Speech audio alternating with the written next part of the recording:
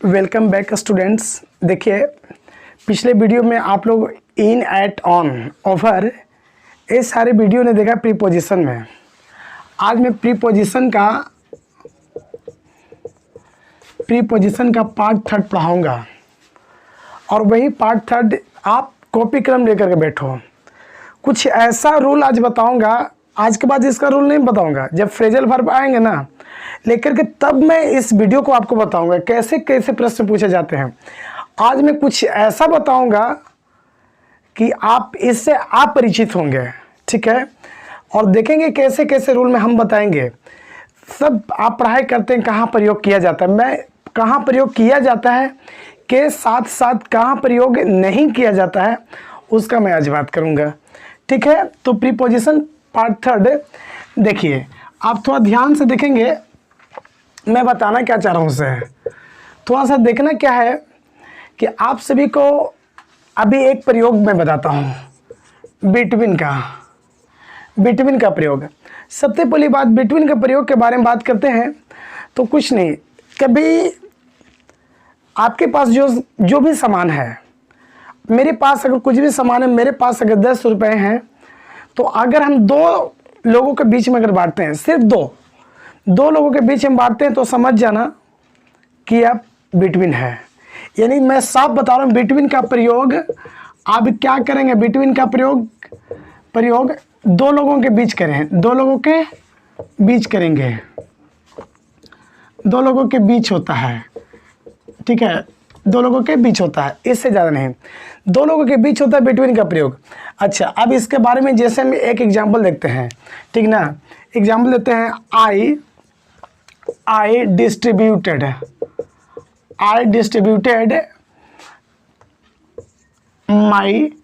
distributed my property,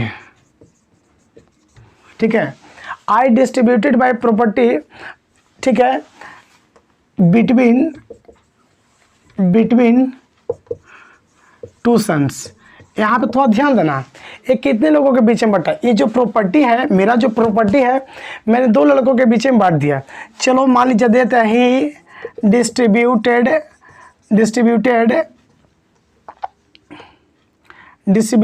इस प्रकार से, थोड़ा सा डिस्ट्रीब्यूटेड, ठीक है, टॉफीज टू बॉयज। क्या किया कि वह दो लड़कों के बीच में टॉफी बांट दिया, ठीक है, दो लड़कों के बीच में क्या कर दिया, टॉफी बांट दिया। तो यहाँ पे दो ही का बात है, दो की बात चल रहा है, देख लो, तो ध्यान देना, दो लोगों की बात आ रहा है। और जैसे ही हम बात करेंगे कि दो से अधिक के बारे में अगर जिक्र करेंगे, तब हम बिटवीन का प्रयोग नहीं करेंगे, तब इस सिचुएशन में हम क्या करेंगे, अमंग का प्रयोग करेंगे, अमंग क्या होता है, आप यहाँ पे देख रहे हैं कि सिर्फ कितने लोग आ रहे हैं, दो लोग, और यहाँ पे क्या आएंगे, दो लोग नहीं, दो से अधिक। आप नोट करते चलना, मैं बताऊंगा, कॉपी कलम लेकर के बैठो, और कुछ ऐसे ऐसे पॉइंट मैं बताऊंगा कि आज आपके सारे के सारे मैं दिमाग खोल दूंगा। और सारे जितने सारे एग्जाम आते हैं लिख लेना, इससे ही रिलेशन में पूछा जाएगा। देख लो, दो से अधिक, आप तो ध्यान देना, दो से अधिक के लोगों के बीच में बांटा जाता है, दो से अधिक लोगों के बीच में बांटा जाता है। फॉर एग्जाम्पल में आप देख लो, सबसे पहली बात, एग्जाम्पल में देखोगे तो पक्का समझ में आ जाएगा, ठीक है। जैसा कि ही देते हैं, ही distributed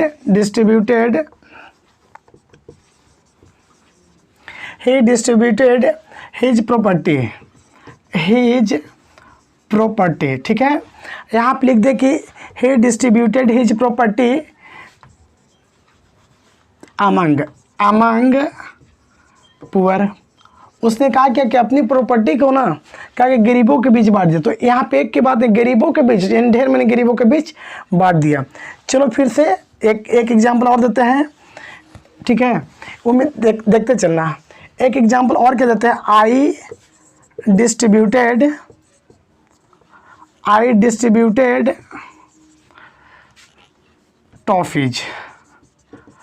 I distributed toffees among children या बॉयज, मैंने लड़कों के बीच, ढेर मनी बच्चों के बीच क्या क्या चॉकलेट बांट दिया, टॉफ़ी बांट दिया, ठीक है।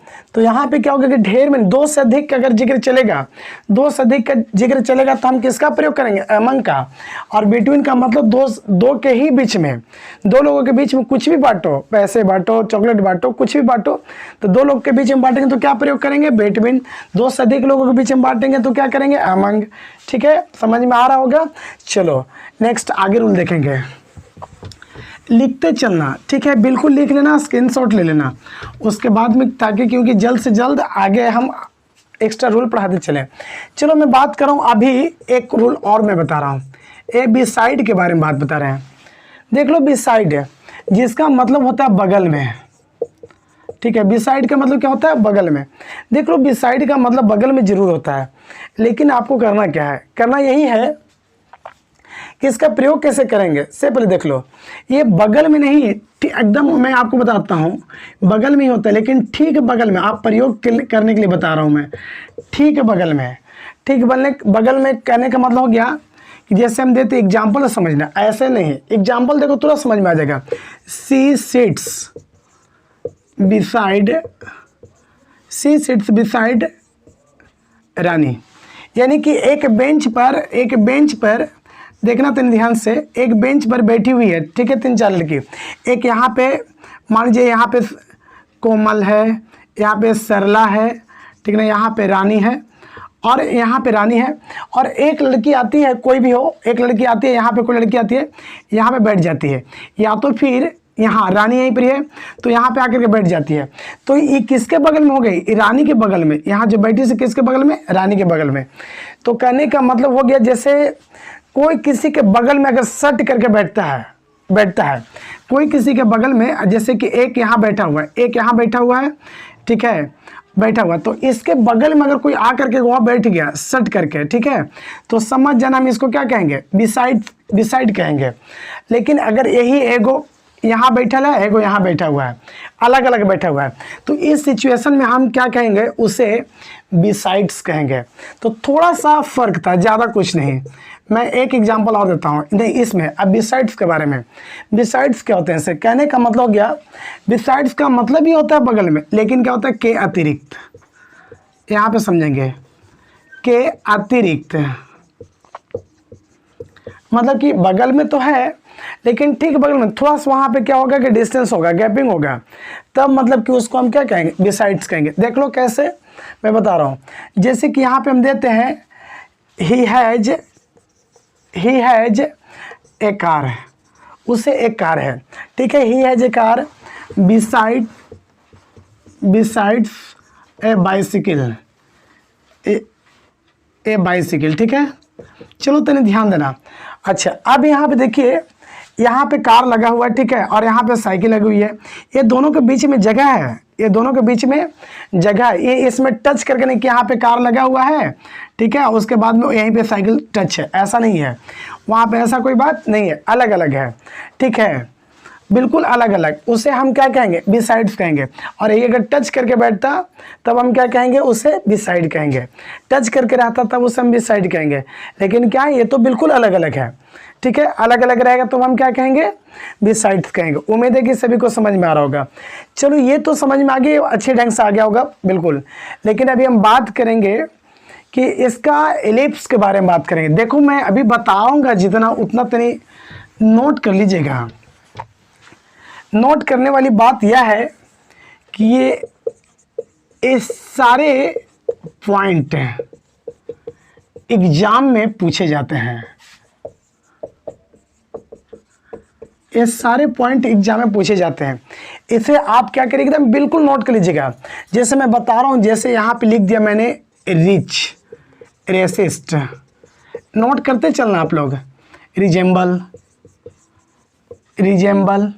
एफोर्ड, ए कंपनी,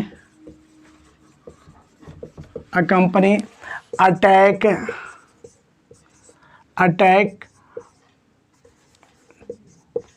परवेड, प्रीसेड, उसके बाद में ओबे, ऑर्डर। अच्छा, उसके बाद में देख लो बेनिफिट, इन्फॉर्म, वायलेट, etc और भी कुछ हो सकते हैं। अगर मैंने जितना शब्द लिखा, अगर ऐसा शब्द अगर कभी आ जाए, एकदम लास्ट में पकड़ लीजिएगा, सेंटेंस में पकड़ लीजिएगा, अगर शब्द ऐसा आ जाए तो आप इतना जान लो, आप जितना प्रीपोजिशन पढ़ रहे हो, एक भी प्रीपोजिशन का प्रयोग नहीं करिएगा, प्रीपोजिशन का प्रयोग नहीं करिएगा, नहीं करें बिल्कुल। आप थोड़ा सा एक बार फिर से ध्यान से देख लो, पूरा के पूरा एकदम ध्यान से देख लो। कहने का मतलब अगर नहीं ध्यान दीजिएगा तो ये गलत हो जाएगा, बिल्कुल गलत हो जाएगा। इसलिए आप फोकस तो नहीं करिए इसको कि कहीं ना कहीं आपको देखने को मिल रहा है वो ये सारा के सारा जितने वर्ब हैं, ये जितने भी वर्ड मैंने लिखा, ये पता ही क्या कराते हैं, इसको हम कहते हैं ट्रांजिटिव वर्ब। हम इसे क्या कहेंगे? Transitive verb. ये अगर कभी भी एग्जाम में आपको देखने को मिल जाए तो समझ जाना कि ये आपको कहीं ना कहीं एक भी प्रीपोजिशन का प्रयोग नहीं करते हैं, नहीं कर सकते हैं। जैसे कि हम एक एग्जाम्पल देते हैं, एग्जाम्पल समझना, ऐसे नहीं, एग्जाम्पल देते हैं। मान लीजिए भारत या India attacked on Pakistan, India attacked on Pakistan. Focus इसमें करिए क्या, यहाँ पे ऑन ओवर का तो प्रयोग करना नहीं। मैंने क्या बताया, अटैक वर्ड देखो, अटैक मीन्स क्या होता है? हमला करना। क्या इसमें कहीं पे है? देख लो, तो थोड़ा सर्च करता है, अटैक है तो यहाँ पे देख लो अटैक है। तब हम क्या करेंगे, इसमें हम ऑन का प्रयोग नहीं करेंगे। अभी ये क्या है? रॉन्ग है, ठीक है, इनकरेक्ट है, इनकरेक्ट या रॉन्ग करो, इनकरेक्ट है, ठीक है, ये इनकरेक्ट है। अब इसको करेक्ट कैसे करेंगे? तो हम इसको बनाएंगे इंडिया अटैक्ड पाकिस्तान, ठीक है। ऑन का प्रयोग हम नहीं करेंगे। यही तो आपको ध्यान देना है कि कोई भी अगर ऐसा वर्ड आपको अगर मिल जाता तो आप उसमें आप प्रयोग नहीं करिएगा, ठीक है। जैसे एक एग्जांपल लिखिए, he ordered of A cup of T. देख लो, फिर इसमें आ गया, यहाँ पे ऑर्डर्ड ऑफ आ गया, यहाँ जबकि ऑफ का प्रयोग नहीं करना है, ठीक है। यहाँ पे क्या करेंगे, यहाँ पे ऑफ का प्रयोग नहीं करते, इसका सही क्या हो जाएगा? He ordered A cup of T. आपको ध्यान में होगा कि जितना भी अगर वर्ड आ जाए, कभी भी ऐसा वर्ड आ जाए तो आप समझ जाना कि इसमें एक भी, तो नोट कर लीजिएगा फिर से एक बार, reach, resist, resemble, afford, accompany, attack, pervade, precede, obey, order, benefit, inform, violate. ये अगर कुछ भी, अगर मान लीजिए अटैक जहाँ पे ऑबेट दे दें और फिर ऑन रहेगा, फोर रहेगा, विथ रहेगा, कुछ भी रहेगा, तो आप क्या करेंगे? हम जैसे कि अटैक्ड विथ पाकिस्तान, तो हम क्या करेंगे? विथ हम मान लीजिए दे दें, तो भी क्या हो जाएगा? गलत हो जाएगा, क्योंकि हम पहले बोल दें कि बाबू इतने सारे शब्द रहेंगे तो आप एक भी प्रीपोजिशन का प्रयोग नहीं करेंगे। कभी भी एग्जाम में मिल जाए तो उम्मीद है कि सभी को समझ में आया होगा। नोट कर लीजिएगा, कभी नहीं भूलिएगा, ये सारे बड़े से बड़े एग्जाम में पूछे जाते हैं। चलिए आगे देखते रहिए। एकदम जो भी कुछ मैं बता रहा हूँ इसे आप नोट करते चलना, क्योंकि सारे प्रश्न ये सब पूछे जाते हैं। अभी और नोट करने वाले पॉइंट है कि देख लो, कहीं देख लो, नोट कर लेना। ये भी इसी प्रकार से कि अगर मान लिया दिस दैट, यहाँ पे मैंने क्या लिखा? This that next last, this that next last, या इस प्रकार से इसमें अगर जुड़ा हुआ दिस दैट नेक्स्ट लास्ट, अगर इतना मिला और इसमें क्या रहेगा? मॉर्निंग रहेगा, तनी ध्यान दीजिएगा, मॉर्निंग रहेगा, इवनिंग रहेगा, मॉर्निंग इवनिंग, हम सभी के सभी समझा रहे हैं, morning evening day night, morning evening day night. उसके बाद हम वीक देते हैं, ईयर देते हैं। देख लो, और भी कुछ हो सकता है, ईयर हो जाता है। देख लो, पहले ध्यान दीजिएगा, इतना मैंने जोड़ने का काम मैं कहाँ से कर रहा हूँ? फिर इतना रहेगा, this that next, this that next last, ये चार शब्द आपको दिखाई पड़ रहे हैं। इसके बाद मॉर्निंग रहेगा, इवनिंग रहेगा, डे रहेगा, नाइट रहेगा, वीक रहेगा, ये रहेगा। इतने सारे अगर जुड़ा हुआ रहेगा तो आप लिख लो, एकदम हर हाल में लिख लो कि इसके साथ प्रीपोजिशन का प्रयोग नहीं करेंगे, प्रीपोजिशन का प्रयोग नहीं करेंगे, नहीं करेंगे। आप इस नोट कर लो, एकदम बिल्कुल दिमाग में सेट कर लो। और ऐसे ऐसे प्रश्न पूछे जाते हैं, लोग कहीं ना कहीं प्रॉब्लम हो जाते हैं, फंस जाते हैं। खैर ऐसा आप लोग को ऐसी सिचुएशन नहीं होगा, ठीक है। देखते रहिएगा, मैं बता रहा हूँ। से एग्जाम्पल तौर पे चलते हैं, ऐसे का है तो कुछ आएगा नहीं, और भी कुछ हो सकता है। जैसे कि देते हैं, आई सा यू इन लास्ट मंडे। चलो मैं एक एग्जाम्पल लिखा, देखना तो ध्यान से। आई सा यू इन लास्ट मंडे या ऑन लास्ट मंडे, चलो कुछ दे दिए, on last Monday. In on कुछ भी मिल गया तो आप पहले फोकस कर लेना कि बाबू मैंने क्या बोला आपको। मैंने बोला आई सा यू ऑन लास्ट मंडे, तो मैंने डायरेक्ट लिख दिया कि देख लो दिस दैट नेक्स्ट लास्ट। यहाँ पे आपको क्या मिला, लास्ट मिला, लास्ट मिला। उसके बाद मॉर्निंग इवनिंग डे, देखो यहाँ पे डे का दिन, यानी दिन आया कि नहीं आया, डे आया। तो लास्ट संडे, आप तो ध्यान से देखिए लास्ट मिला कि नहीं आया, लास्ट के हम मिटा देते हैं। चलो हम देते हैं नेक्स्ट, तो फिर भी नेक्स्ट आया कि नहीं आया, नेक्स्ट आया ना। तो नेक्स्ट के साथ में क्या आया, मंडे आया। अगर नेक्स्ट मंडे आया, हम नेक्स्ट मंडे का नहीं जगह पे हम नेक्स्ट ईयर दे दिए हैं। चलो नेक्स्ट ईयर दे दिए, नेक्स्ट डे। अच्छा, हम नेक्स्ट के जगह पे क्या देते हैं, लास्ट कर देते हैं। चलो लास्ट मंथ कर देते हैं। आप एक एक चीज़ समझो, पहले लास्ट मंथ कर दिए, चाहे मंथ कर, ध्यान दीजिए बोर्ड पर, ध्यान दीजिएगा। डे रहेगा, नाइट रहे, वीक रहे, ईयर रहे, मॉर्निंग रहे, इवनिंग रहे, लास्ट इवनिंग रहे, लास्ट मंथ रहे, लास्ट नाइट रहे, कुछ भी अगर ऐसा कुछ रहे तो आप यहाँ पे पकड़ो ऑन प्रीपोजिशन है या नहीं है। ऑन प्रीपोजिशन है तब हम क्या ऑन का प्रयोग हमें करना चाहिए, बिल्कुल ये गलत है, यहाँ पे एक गलत बिल्कुल है। तो इसको सही क्या करेंगे, आई सा यू लास्ट मंथ हो गया। चलो बन गया ये, क्योंकि इसमें प्रीपोजिशन का प्रयोग मैंने किया नहीं किया ना। चलो उम्मीद है कि समझ में आया होगा। चलिए हम फिर देखते हैं, आपको फिर बताते हैं, ठीक ना। हम यहाँ पे देते हैं, ये एक समझ में आया होगा, दूसरा का देख लो। You will call me, you will call me in next day। चलो मैंने दे दिया, नेक्स्ट डे दे दिया। तो थोड़ा सा फोकस करो बाबू, you will call me, यहाँ तक हम मान लें, चलो ठीक है। यहाँ पे क्या आपको दिखाई पड़ा, नेक्स्ट पड़ा, नेक्स्ट अगर है तो नेक्स्ट के साथ क्या आपको दिखाई पड़ा, डे। नेक्स्ट के साथ क्या दिखाई पड़ा, डे। तो मैंने क्या बोला कि दिस दैट नेक्स्ट लास्ट, ये चार गो पर एकदम फोकस कर लीजिएगा।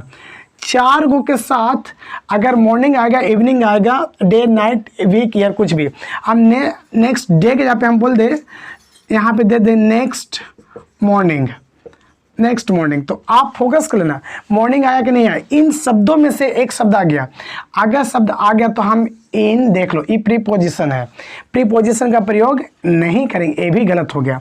तब हम क्या बनाएंगे, you will call me next morning. ठीक है, कहने का मतलब हो गया कि हम इसमें इनका ही प्रयोग नहीं करेंगे। उम्मीद है कि समझ में आ रहा होगा। समझ में आ रहा होगा तो ठीक है, आप अपने दोस्तों के बीच भी शेयर करते रहिए। ये ऐसा ही सारे प्रश्न को कहीं ना कहीं एग्जाम में घुमा घुमा के पूछा जाता है। चलो ठीक है, देखते रहिए आगे।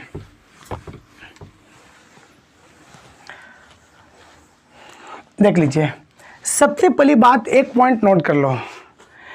नोट करने वाली बात क्या है कि होम के साथ कभी टू का प्रयोग नहीं होता है। नोट कर लेना, ये होम के साथ कभी टू का प्रयोग नहीं होता है। ठीक है, जैसे कि हम देते हैं she is going to home. बाबू तो ये बिल्कुल गलत है, she is going to home नहीं हो। यहाँ पे देख लो, लास्ट में पकड़ लेना कि होम है, तो होम के पहले आपको क्या दिखाई पड़ा, टू, तो ये नहीं होना चाहिए। इसका सही आंसर क्या हो जाएगा, शी इज, रुक जाओ, शी इज गोइंग होम, ये इसका करेक्ट है। ठीक है। यदि आप टू का रूल जानते होंगे कि ना हमेशा लगाने का कोशिश करते होंगे तो अब से आप बिल्कुल सुधार कर लेंगे, ठीक है। नेक्स्ट आगे देखिएगा, इसी से संबंधित कुछ बात करेंगे। आगे क्या कि देख लो, इनके बाद होम का प्रयोग कर सकते हैं, लेकिन किस सिचुएशन में करेंगे से देखें। खैर फिलहाल देखो मैं अभी एक कुछ और बता रहा हूँ, अभी होम से रिलेशन में कुछ और बातें मैं करूँगा, लेकिन देख लो कुछ नोट कर लीजिएगा। इनसाइड आउटसाइड नोट कर लीजिएगा, ए भी, ठीक है। ए भी इंपॉर्टेंट रूल है, इनसाइड आउटसाइड, उसके बाद में last month, inside outside last month. अच्छा, इस प्रकार का अगर नेक्स्ट मंथ, ये तो अभी लास्ट नेक्स्ट वाली तो आपको बताया गया। अगर ऐसा कर कुछ मिलता है, ऐसे शब्द कुछ मिलता है तो आप इसमें प्रीपोजिशन का प्रयोग नहीं करेंगे, प्रीपोजिशन का प्रयोग नहीं करेंगे, प्रीपोजिशन का प्रयोग ना करें या नहीं करेंगे। देख लो ऐसे कुछ नहीं, मैं आपको एग्जाम्पल दे रहा हूँ, बिना एग्जाम्पल कुछ नहीं है। जैसे कि हम दे दें please come in outside, come in outside या कम इन या कम ऑफ इनसाइड, मान लीजिए ऑफ इन कुछ भी आ जाए तो इस प्रकार के शब्दों में आप थोड़ा ध्यान देंगे। यहाँ पे लास्ट में पकड़ो क्या है, इनसाइड है। अगर इनसाइड है तो इनसाइड के पहले देख लो तो ऑफ है कि नहीं, प्रीपोजिशन है या नहीं है। अगर ये प्रीपोजिशन है तो हम इसका प्रयोग नहीं करेंगे, तब हम क्या प्रयोग करेंगे, प्लीज कम इनसाइड, ये इसका करेक्ट आंसर होगा। कुछ तो समझ में आ रहा होगा, इसका क्या हो जाएगा, इनका प्रयोग होगा, ठीक ना, यानी कि इनसाइड डायरेक्ट हो जाएगा, इनका प्रयोग नहीं होगा। या और एक आध को एग्जाम्पल देख लो, प्लीज गो फॉर आउटसाइड, फिर आप देख लो फॉर आगे, इसमें आपको इसमें प्रयोग नहीं करना है, तब हम इसका सटीक क्या बनाएंगे, सही, प्लीज गो आउटसाइड। उम्मीद है कि सभी को समझ में आ रहा हो। इन सारे जितने भी शब्द मैंने बताए से ये नोट करने वाली पॉइंट तो आप लोगों ने नोट कर लिया होगा, ठीक है। अगर नोट कर लिए होंगे उम्मीद है कि सभी को समझ में भी आ गया होगा, ठीक है। तो अगर सभी को समझ में आया तो कम से कम आप क्या करिए कि मेरी वीडियो को लाइक करिए और हो सके तो अपने दोस्तों के साथ शेयर कर दीजिए, ताकि वो भी बच्चे अपने मैट्रिक, इंटर या कॉम्पिटिटिव एग्जाम की जो तैयारी करते हैं उसमें वो सफल हो जाए, ठीक है। जय हिंद।